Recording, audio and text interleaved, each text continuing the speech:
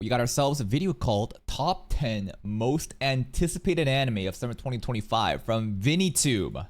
Let's check it out. Summer is looking like a really, really stacked anime season coming up. Lord of Mysteries? Lord of Mysteries?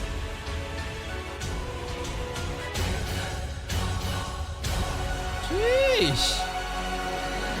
Summer 2025 is Jesus, that intro is pretty hype, man. almost here, and it's looking like an absolute banger of a season. We've got returning legends, shiny new adaptations, and a whole lot of hype. Whether you're into supernatural showdowns, romantic feels, or Dress up laugh-out-loud darling. comedies, this list's got something for everyone. So grab your pocky, settle in, and let's run down the top 10 most anticipated anime of summer 2025. Let's go. さあほんまにあの山で1週間も行方不明だったん Yo, so many people on the day that Hikaru got lost or something, the summer Hikaru went missing or some shit.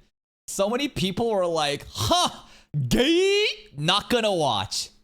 It's actually crazy, like, how many people are such, like, I understand, no one's telling you to be gay.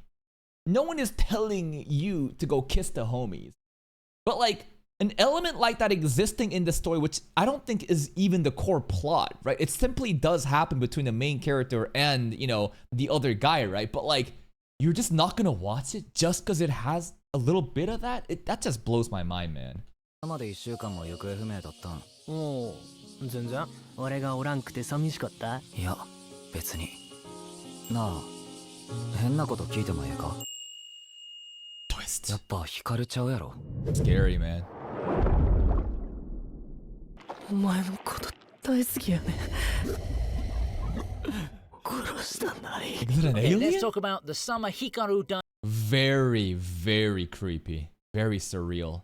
I have a feeling that a show like this, I hope it does well on my channel, man. But I feel like it's gonna be one of those, you know, it's too deep, it's too meaningful. You know, it's not shallow isekai garbage, so no one will watch it in my channel. But I'll still check it out. aka the series that's about to mess with your head and your heart. This one's creepy, emotional, and strangely beautiful. Kind of like if Your Name had a baby with Junji Ito. The story follows two boys, Yoshiki and Hikaru, who've been best friends forever. But after a strange incident in the mountains, Hikaru starts acting, different. Like, really Bro's an different. alien. Same smile, same voice, but Yoshiki knows deep down that the thing wearing Hikaru's face, that's not his best friend. This anime blends slice of life quietness with cosmic horror, and it hits you right in the feels whilst giving you chills. It's not full-on jump scare horror, it's more like slow dread that creeps under your skin horror. Don't sleep on the summer Hikaru died. It might just haunt you in the best possible way. お前が一体何者なんかめっちゃ好きどこまでもお前に付き合うよ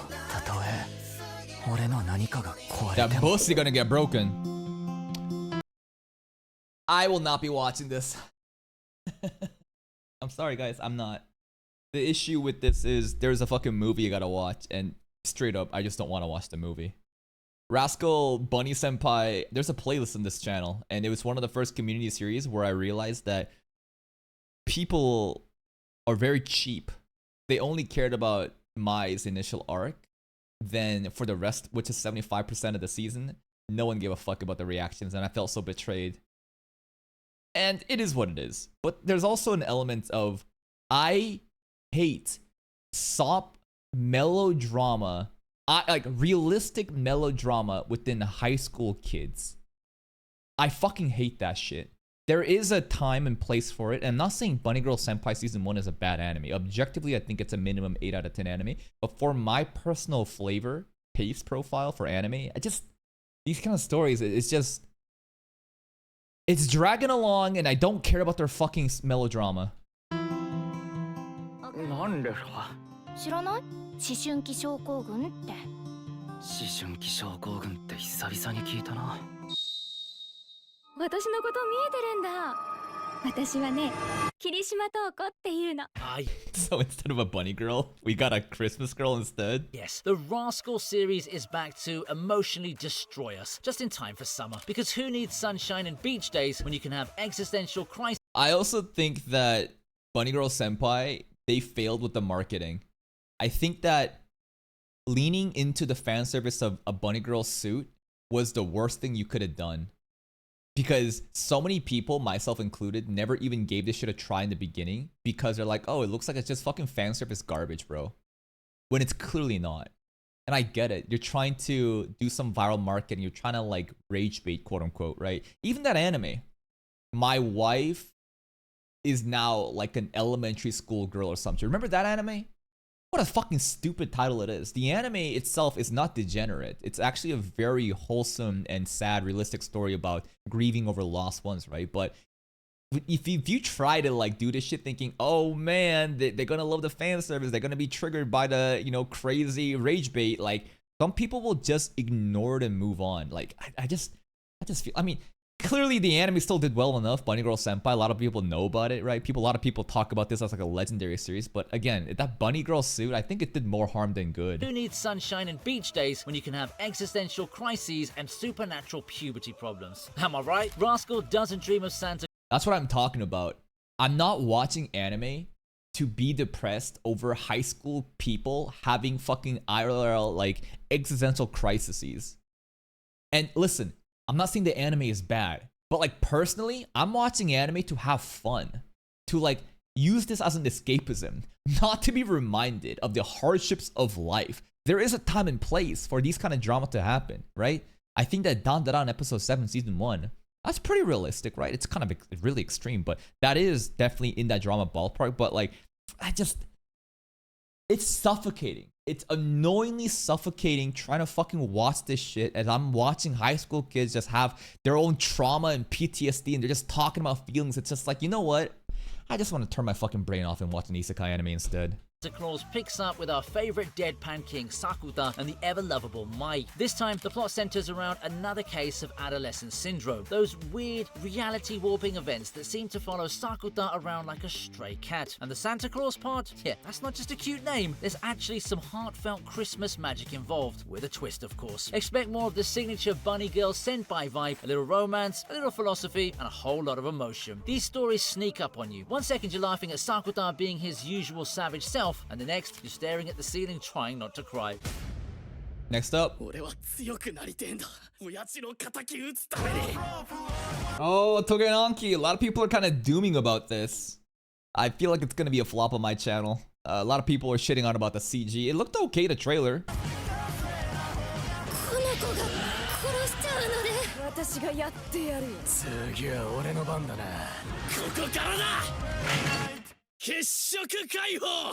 New Age Shonen. Next up, we've got Dougen Anki. And if you love shows like Jujutsu Kaisen or Tokyo Ghoul, this one's gonna be your jam. Yeah? The setup is It's gonna be better than JJK. Yeah, I'll be expecting it.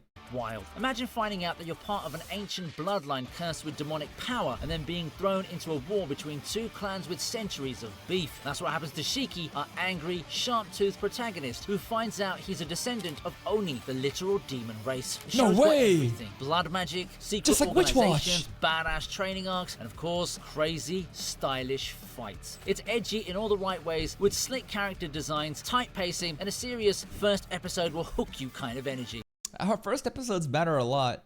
I wonder what the Battle Shonen audience's, reaction will be to this show. Based on the trailer, I don't know. I thought that it was just okay, right? Like a step above mid. Nothing too crazy going on. Might scratch the itch of, the Battle Shonen, a gap that's in our hearts right now. But will it be like Kaiju 8? Will people care about this shit, or is it just gonna be forgotten immediately? And let's be honest, anime with supernatural factions that beat the crap out of each other, always a good time. Dougen Anki's manga has been building a loyal fan base, and this adaptation is about to blow it wide. Okay, there is like an fan base building. That's always a good thing, right? Anime original projects are kind of hard to get that shit going, right? Especially if it doesn't have the right marketing and good first impressions. But if there is an existing fan base, we never know. It might be good. Wide open. If the animation holds up, and early trailers look awesome, by the way, it could be the Does it look awesome? It looked okay. sleeper hit of the season. Keep your eye on this one. It might just become your next obsession. Hey, Dress Up Darling. Now this, we will be watching season 1 to catch up by summer.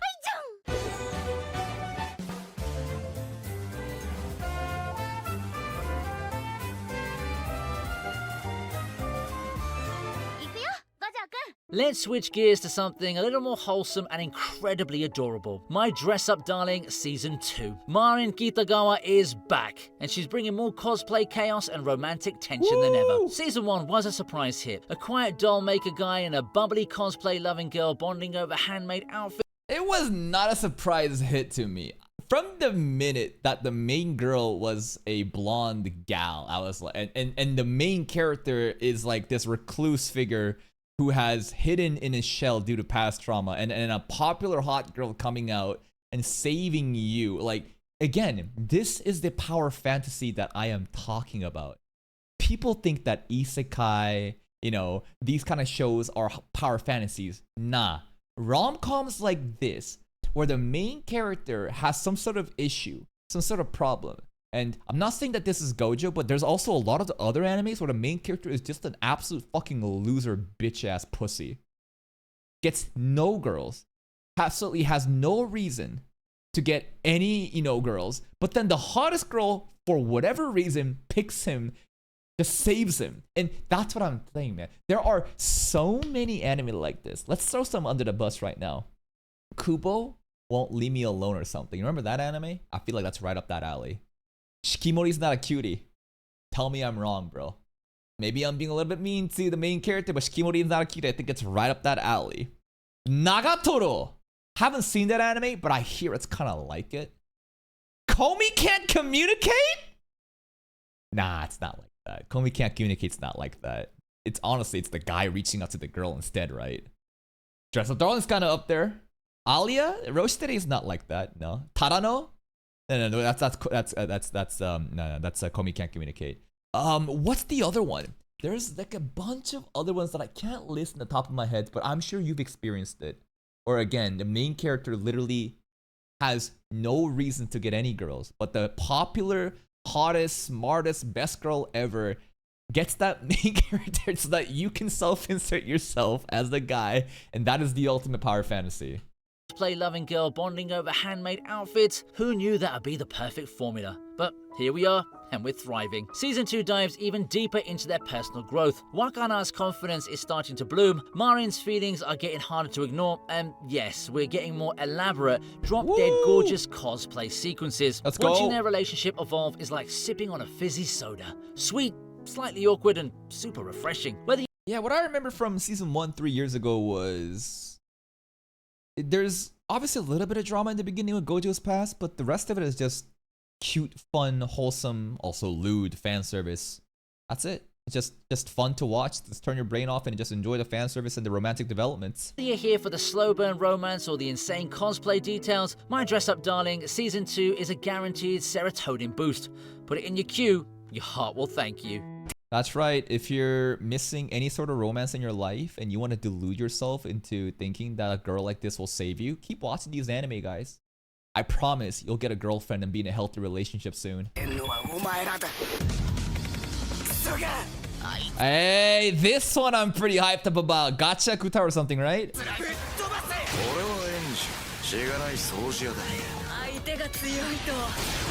What if Togen Anki pops off more than this show, though?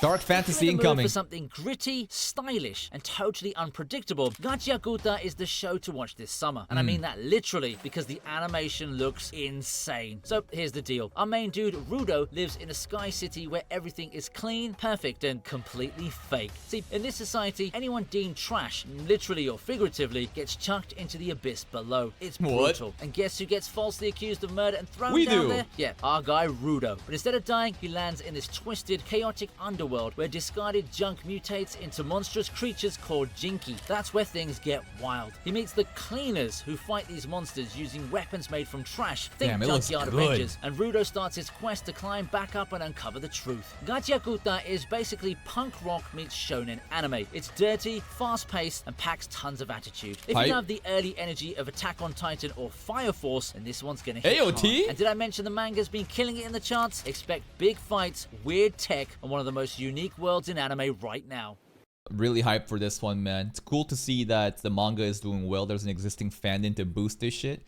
I've heard that this show has a lot of dark fantasy elements and a lot of like conspiracy and mysteries, right? Not just like unga bunga action, but like a lot of mysteries too. So all the things that I love in this show, I hope it does really well. I'll be definitely checking it out. I hope that it doesn't turn out like the other anime that happened last season. Do you guys remember that anime? It's supposed to be a really gory one. It's like, I forget what the fucking title it was. We dropped it after episode 1. People were very mad because it was lacking fan service. Yubel Blatt, yes, Yubel Blatt is the one that I'm talking about. That was another one where I actually really enjoyed the overall setting, the tones. You know, it's like there's like these futuristic technology, but down below people are living as if they're like in medieval European times, and there's like these fucking not like church members, but you got like monks. And anyways, I really enjoyed that setting, but a lot of people just did not fuck with it at all. It felt really flat. I think a lot of people were upset at the censorship of the gore and the lack of animation. But hey, hopefully Gachakusta does better. Grand Blue! Yeah, the diving anime. What the hell is this? We're going to be watching this very soon. Another show just like Dress Up Darling that we'll be watching as about sometime in June to get caught up by summer. A lot of this show has also been almost pulled into my community series a couple times. A lot of people have kind of given up, but a lot of people, you know, have been mentioning Grand Blue. You gotta watch it, man. And now that season 2 is coming, we'll be watching it.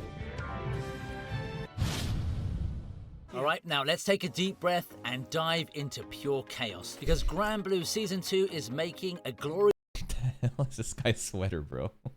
It's a fucking weeb. Bald? return, and we are not ready. If you've ever Okay. seen Season 1, you know this. This isn't a diving anime. It's a get drunk and make life choices you'll regret anime, and we love Okay. it for that. Iori and crew are back, and the boys are just as shirtless, stupid, and hilarious as I should probably skip this section just to kind of skip potential spoilers. That's probably not going to be spoilers, but we will absolutely be watching Grand Blue in this upcoming month.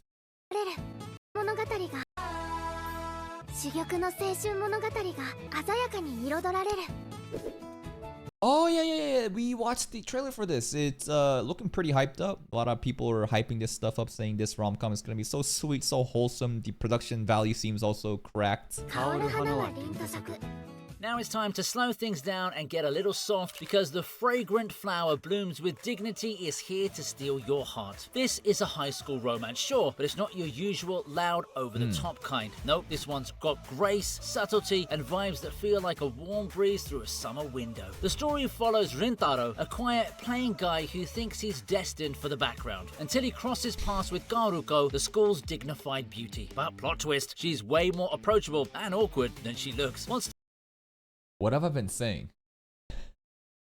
Main character who is an absolute nobody somehow gets the best girl at the school.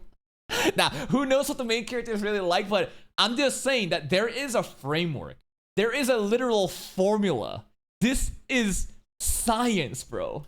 starts as a chance encounter, blossoms into something heartfelt and real. Expect gentle pacing, meaningful conversations, and characters that actually communicate instead of playing 12 episodes of Main character doesn't even look like a loser though, right? He looks like a Giga Chad. It's like based off his design. I thought that he could be like a delinquent, honestly, like a dude from Windbreaker. He looks pretty cool. communicate instead of playing 12 episodes of will they, won't they. It's sweet, grounded, and genuinely refreshing. Also, can we talk about the art? It's gorgeous. The flowers aren't just for show. The whole thing has soft, romantic aesthetic that feels like a painting in motion. If you like shows like My Love Story or Oh, Horimiya!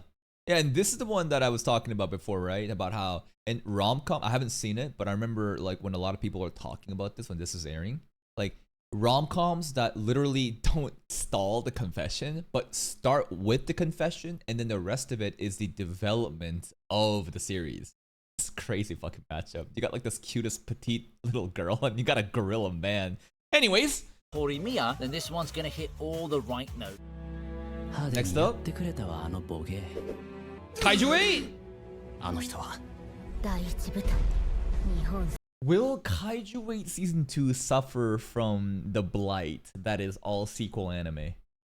I've noticed that any sequel anime, it usually falls off. There are exceptions, like Solo Leveling, where it continues to get better and better. But I've noticed that in terms of anime reaction engagement, people just don't really care about sequels as much. It's sad how many sequels that we'd have to drop recently. 最強部隊の隊長あと少しでプラスのランク全く尊敬の念が湧いてこない Gaiju freaking 8 Let's go. Season 2. Let's be real. Season 1 already stomped onto the scene like a skyscraper-sized monster with zero chill. It gave us giant battles, military drama, and the most relatable 30-something protagonist who accidentally becomes the thing he was supposed to destroy. Relatable? Okay, Unk. No, I'm just kidding. But it is definitely intentional how Kafka is supposed to be a 30-something-year-old man who thinks that he's too late to be chasing his dreams, but then is able to move forward, right? It's a very compelling, right, underdog story. I love the pacing of season 1. The pacing was godlike. Every episode was just non-stop, go, go, go, go, go. There's that one episode where I say things got a little bit slow, which was like a celebration episode. But the celebration literally lasted for about like 10 minutes. Then immediately we're getting attacked by kaijus and it's like go, go, go, go, go again. And I love that about season 1. A lot of people are dooming about season 2 saying, this is when the pacing goes to shit. But those are complaints I hear from manga readers.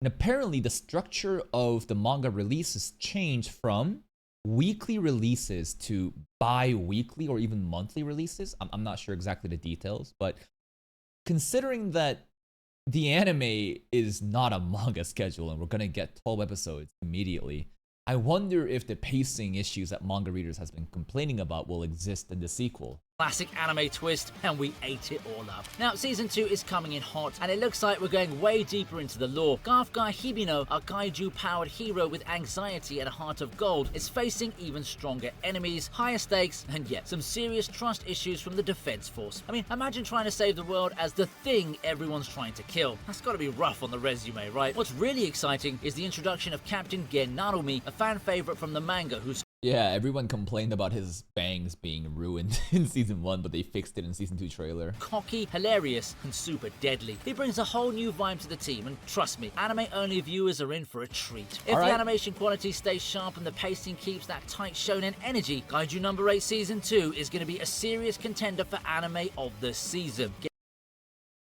Anime of the season, huh? I just feel like Dandadan season 2 should be. Maybe I'm being ignorant and basically not taking Kaiju seriously in that like title for anime of the season because of how simple it is. But simple doesn't mean bad. If you execute simple things really well, it can be very, very mass appealing, like Solo Leveling. So hey, who knows? Maybe season 2 content is that goated. Get ready for monster mayhem, moral dilemmas, and some major glow-ups. 哦，对了，我成为了职业者，在家人 Lord of Mysteries, 之 baby! 外还拥有了新的队友。 I'm very excited about this one. As the resident trashy isekai enjoyer, we got a godlike isekai coming, man. And a lot of people have been hyping this shit up. For about 3 years now, people have been coming into my stream saying, please react to Lord of Mysteries trailer over and over again. Shut the fuck up! I'll be doing it right before this launches. We're going to be covering it absolutely.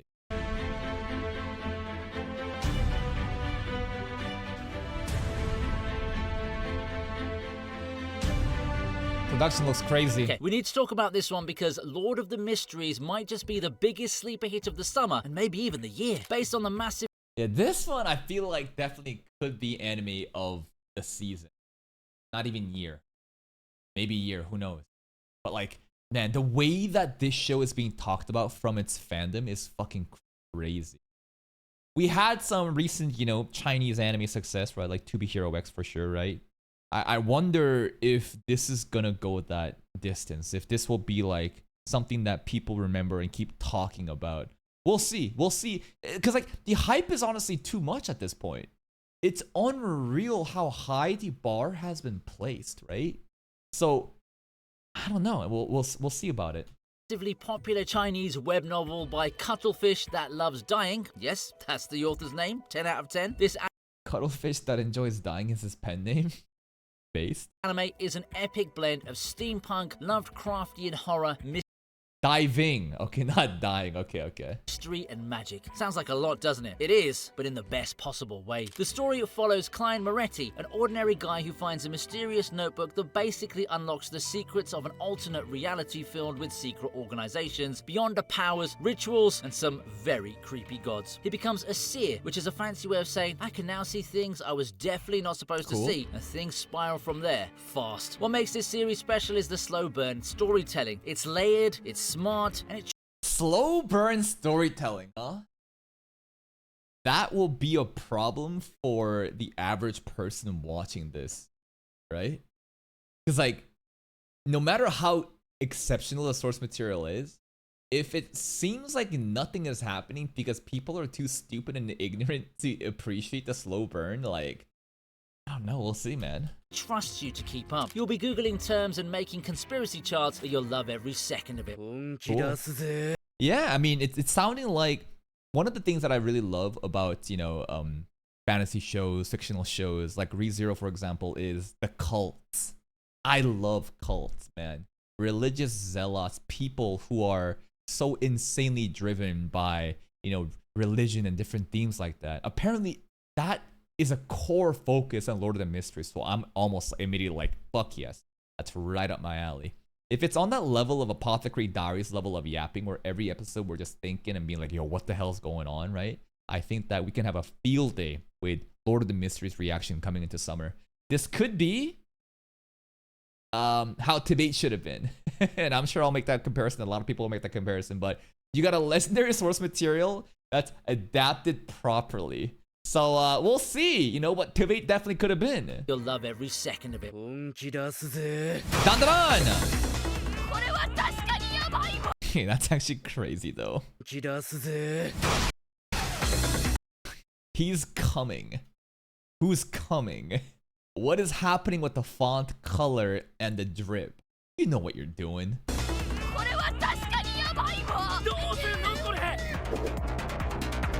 It's not season 2. It's so annoying. It's fucking core 2. It's season 1 part 2. But I guess Netflix marketing, right? I don't know if you call it season 2. It's more like people thought that they had like a data analytics team. And they're like, sir, it seems like the people, the monkeys, like it better when we call it season 2 rather than part 2 of season 1. All right, call it season 2 then.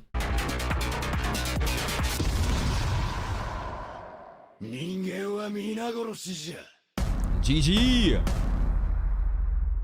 And finally, here it is, the crown jewel, the ultimate summer slayer. The one anime that said, hey, what if we made aliens, ghosts, telekinesis, ancient curses, raging hormones, and absurd comedy, and shoved them all into one show? It is actually so crazy how they're able to juggle so many different things. Usually, people will focus on just one thing and do it really well.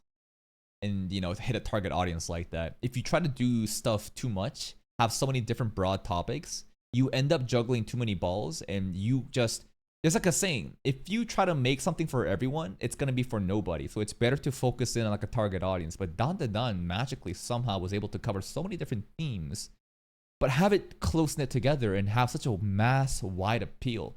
This had that Frieren Rebel level of effect where you got people talking about it beyond just, hardcore seasonal anime enjoyers. I'm sure you have some friends, that don't really watch anime until like something as big as Frieren or Dandadan comes upon. And now like the normies are like, yo, are you watching Dandadan? And they don't even realize how much of a fucking level 7 warlock anime weeb enjoyer you really are. But it's really cool how it had such a wide appeal back in season 1. And I hope that the momentum will continue for season 2. Show. Ladies and gents, I present to you Dandadan Season 2. This show is pure chaos and we love it for that. Season 1 already had us hooked with its high-speed fights, ridiculous monster designs, and the surprisingly sweet relationship between Momo and Okarun. Like, how does this show manage to be so heartfelt while also giving us a villain that's basically a cursed pervy grandma with laser eyes? Look, I don't know, but it I would argue again, it's that reason why it hits so hard. Here's the thing, I'll fucking compare Bunny Girl Senpai right now. I'm gonna throw Bunny Girl Senpai under the bus again, and I know that there's gonna be about like 10 Bunny Girl Senpai, enjoyers that's gonna be mauled against saying, I'm unsubscribed from your channel, fuck you, you don't even watch my videos anyway, get the fuck out of here. When you only have happy times, then it's not really happy anymore. And when you're always just having melodrama and just trauma dumping and sadness, and I'm not saying Bunny Girl Senpai is all just sadness, but I think majority of it definitely is, you feel like it just gets tiring and it stalls on. And the reason I'm comparing this is because Dan Da Dan does the exact opposite. Dan Da Dan is a show that just prepped us with cock and ball jokes the entire time. Everyone's thinking raunchy comedy, haha, poo poo, pee pee, haha, funny. But then episode 7 happened. And because of what we were exposed to and how serious it became, that contrast, the differentiation of what you were expecting and what you got hits so much harder. That's why Dan Da Dan felt so just ethereal in that episode with Akrisoki's backstory, man. And I believe that if it was constantly always dramatic and heavy and just depressing, it wouldn't really have hit as hard.